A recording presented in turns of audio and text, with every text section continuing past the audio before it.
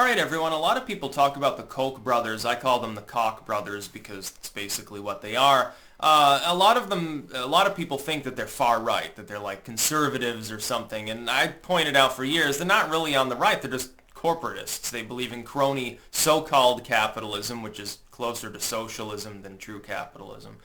They believe in corporate oligarchic corruption. They don't have a problem with censorship. They really, when we look at corporatists, people think that they're on the right because fiscally they want, basically a kind of style of free market. Free insofar as the government isn't centralizing and nationalizing things, I suppose. In reality, though, on basically any other issue other than economics, they really don't give a fuck. In fact, they tend to be pro-war, which is to say interventionism applied to foreign policy. They tend to not give a damn about censorship or any, moral issues, really. They don't really care if you're progressive, like you're gay or transvestite or something, or whether you're a tradcon, total zealot Mormon or something, as long as they can exploit you. I would say to that extent they're arguably more abusive than most zealots within the context of the world. But now the Koch brothers are opening a new SuperPAC, and specifically to support candidates that support open borders. Now, most of these, ironically enough, will probably end up in due time being Republicans, being sellouts like Rubio or Ted Cruz. They believe in open borders. They don't believe in bothering to guard our southern border or our northern border. They don't care what the repercussions are. And the reason that the Republicans for a long time have supported the idea of open borders is that they want to exploit third worlders. They want to exploit, especially if they can get 1 million people from Mexico, Central America, maybe Venezuela or something to come across, they can enslave them. And then they can work them to death in a sweatshop, bury them in a ditch when they die under shitty worker conditions. They can underpay them, no health care, nothing's documented, corporate profits. That's what the Republican Party's been about. Other than the Trump populists or maybe the libertarian fringe, like the Rand Pauls of the party, they in some cases are more open borders, but for different reasons. They're more like, well, free movement this and that. They're not so much like the Koch brothers. It's funny because a lot of people think the Koch brothers are still libertarians. They dabbled with the libertarian movement in the 80s, and they helped to establish what became the early wave of the Libertarian Party, which, by the way, no longer represents, I think, legitimate libertarianism anyway in many cases. I still support their existence. I like that it's a technically viable third party. But on the border issue, they've abandoned monarchist principles. They don't seem to quite comprehend why it's a bad idea, why a limited government, classically liberal situation cannot coexist with open borders. It's simply impossible. Therefore, you have all these big corporations pushing the same thing. Don't you think that it's a little bit odd that people who have a track record of exploiting and abusing others outside of any real capitalism and going off into monopolistic la-la land with the socialists, don't you find it funny that those people that want to centralize and abuse are always the same people that most fervently support the concept of erasing national sovereignty? We look at the EU. Does that look like a libertarian experiment to you? They've got open borders, at least within Europe and externally too now, because of so-called liberty-loving, classically liberal individuals, so enlightened as they were, turning and looking away, basically, when a bunch of far leftists and authoritarians, literally jackboot lovers, began to cause the problems there, and it was caused in part by a U.S. foreign policy that was additionally branded as a liberation struggle. Oh yeah, we're going to go into the Middle East and bomb things and kill people and oust every secular movement in the region for liberty. We're going to do it to free people. And of course that never actually happened. They're less free today than they were under Saddam in Iraq, arguably. And you've got an election. You can vote for this candidate or you can vote for the candidate. You don't really have much of a choice. If Assad is ousted, the so-called democracy that springs up after he leaves, it's just going to be an authoritarian and sectarian republic anyway. There's no fucking point to it. It doesn't make sense. Like the Muslim Brotherhood down in Egypt, what a wonderful time that was, as people began killing one another over whether they were going to have Sharia law written into their constitution or not. Thank goodness the Egyptian military put the kibosh to it. The Kochs, insofar as they are open borders fanatics, They are showing you exactly what I've been saying, which is that the neoconservatives and the neoliberals are fundamentally identical. They're all corporatists. Most of the old guard so-called liberals, they're just corporatists.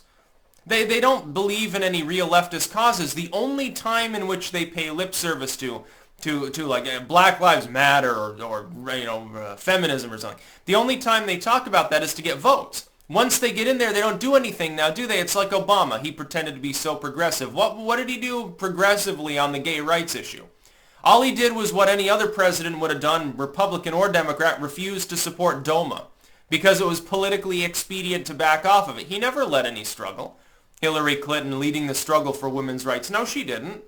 Absolutely not. She was a stand by your man sort of, not even necessarily a suffragette at the time. Oh, stand by Bill. Wonderful guy. No, you're just jealous. Look at all of these loose-moraled women tempted my husband, basically, at the time is what she said. Now she wants to cast herself off as a fourth-wave, pink-haired fanatic or something. It's totally ridiculous.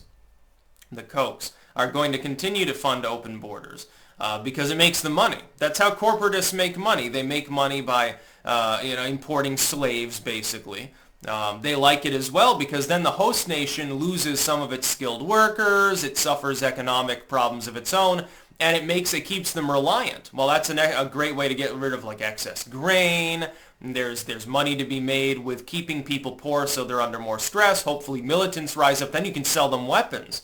Arms dealing. The Koch brothers love this sort of spiraling poverty and generational unemployment that you see in parts of Africa and the Middle East, parts of Asia, even Eastern Europe to an extent, Latin America certainly.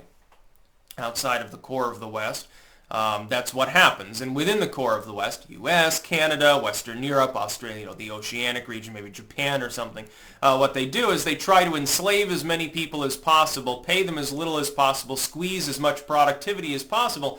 In that sense, are they not basically being similar to like maybe the British Empire in the imperial period when it was going into part? It was using moral issues as an excuse to go in and civilize people who it then subsequently exploited as slaves in order to siphon off all of their wealth. Now, of course, I'm not getting into the Wakanda stuff with, we were so rich and powerful and wonderful until the evil Europeans came. I'm not saying that, but there was exploitation on a mass scale going on. It's sort of like what we see today. China has moved into parts of East and Southern Africa, is beginning to develop things, but it's making company towns that only primarily Chinese individuals, investors, and managers that have gone there, they're the only ones really that are privy to those services. Really, it's just a modern form of slavery. I'm not surprised that there's political backlash to it. The Koch brothers are in no way libertarian. They don't believe in limited government. In fact, in order for them to continue exploiting people the way that they do in the corporatist oligarchic sense, you need to have a strong central government. You can't have that in a real free market because there'd be no way to screw your smaller competitors using the legal system. It wouldn't be possible. The introduction of bigger government, ironically, during the progressive era to stop corporatism is what has led, in many cases, to our modern corporate structures. It was the military-industrial complex that we see today, with communications firms and energy sector and all these things sort of colluding together to fuck us all. Really, it's introduced by FDR. Franklin Delano Roosevelt, socialist, populist, progressive, whatever you want to call him. He's the one that ushered in the modern military complex that we have today. It didn't exist before then. The standing military of the U.S. and its industrial capacity, except during war times, was exceptionally limited. It was extremely spare. Until we decided that it was better to be on a permanent war footing, entering the Cold War for half a century. And now, in the new Cold War, we don't even have the cool shit that we had before where you have really cheesy, like, sea-level sci-fi movies. We don't have the giant claw anymore. We don't have the radioactive monster from Venus and cool shit like that. We don't have David Bowie anymore. We don't have any of the cool stuff from the Cold War. We just have this remnant corporate complex that's so dry and so stupid, and it's like a lumbering Neanderthal. It's not really efficient except for the people at the top that wouldn't even be there for very long if it weren't for the fact that they're able to use the legal system to screw their competitors over through differential tax codes and through the misapplication of various laws. That's really what it's about. So, screw the Koch brothers and forming a super PAC. If the Republicans are smart, they'll disown the Koch brothers, say, hey, super PAC shouldn't even exist. We call on the Democrats to help us get rid of Citizens United. Put the onus on the Democratic Party to to close the can of worms back up, to put everything back into Pandora's box, and to get rid of Citizens United. If they say no, they lose. If they say yes, they lose because they're the ones that are sucking the corporations off more than the Republicans now. It's really what we've devolved into. That's about all. Peace out.